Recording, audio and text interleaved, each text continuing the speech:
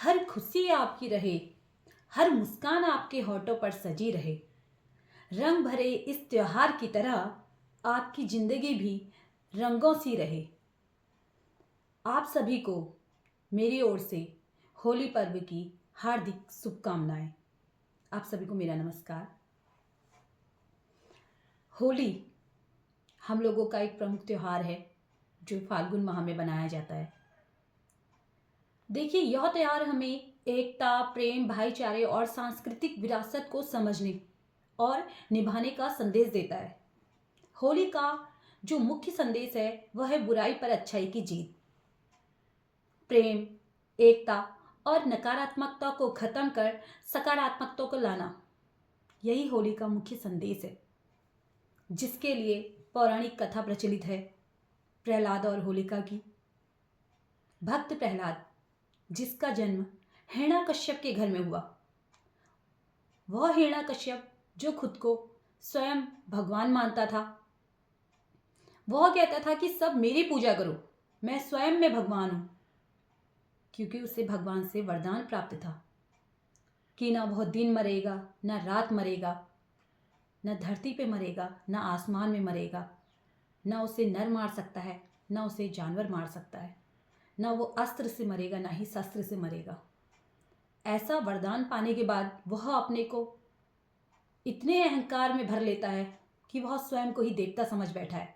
और उसी के घर में उसके पुत्र का जन्म होता है प्रहलाद का, जो बिल्कुल भगवान विष्णु का भक्त था, जिसके मुंह से हमेशा ओम नमो वासुदेवाय मंत्र ही निकलता था, यही जाप वो करता था। अब हिरण्याकश्यप ने अपने पुत्र से भी तनिक भी स्नेह नहीं रखा इस बात के लिए कि वह मेरे दुश्मन की पूजा करता है। वह भगवान को अपना दुश्मन समझता था, कहता था मैं खुद भगवान हूँ। और अपने पुत्र को मरवाने के लिए उसने कई प्रयास किए, उसे समझाया, उसे बहलाया, उसे फुसलाया, पर लेकिन हर बार प्रहलाद ने उसे भगवान मानने से मना कर दिया और वह अपनी जिद पे अड़े रहा। और हिरण्याकश्यप ने भी ठान लिया कि मैं इसे जीवित नहीं रहने दूंगा। उसने कई प्रयास किए, लेकिन हर बार वह विफल रहा, असफलता ही उसे मिली। तो उसने अपनी बहन होलिका, जैसा आप सभी को पता है कि होलिका उसकी बहन थी, जिसे वरदान था कि उसके पास एक ऐसा वस्त्र था जिसके माध्यम से वो अगर आग में भी बैठ जाए तो वो नहीं जलेगी। तो एक अग्निकुंड तैयार किया गया।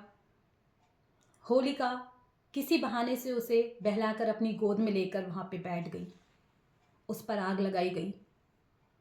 पर देखो, वही होता है ना, जो सत्य है, सच्चाई है, वो कभी नहीं मरती, कभी ना कभी आती है।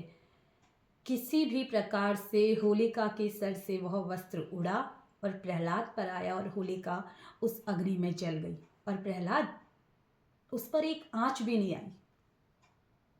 इसे ही कहते हैं नकारात्मकता को खत्म करना और सकारात्मकता का विकास होना, बुराई पर अच्छाई की जीत होना।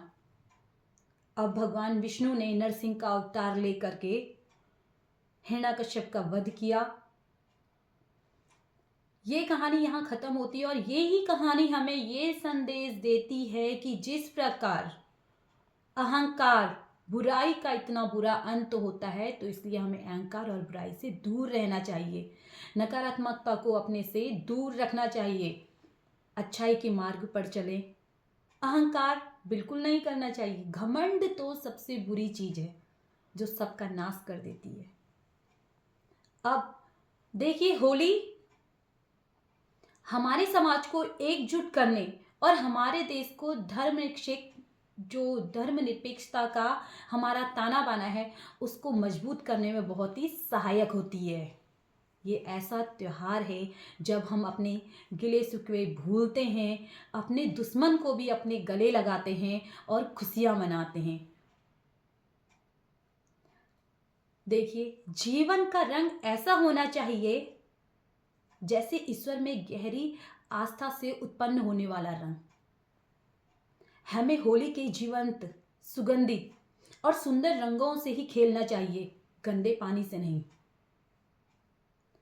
इस त्योहार को क्रोध, लालसा, लोभ, मोह, घृणा और कामना जैसे अशुभ रंगों से नहीं मनाना चाहिए, बल्कि प्रेम, शांति और सद्भावना के रंगों से हमें इस त्योहार को मनाना चाहिए।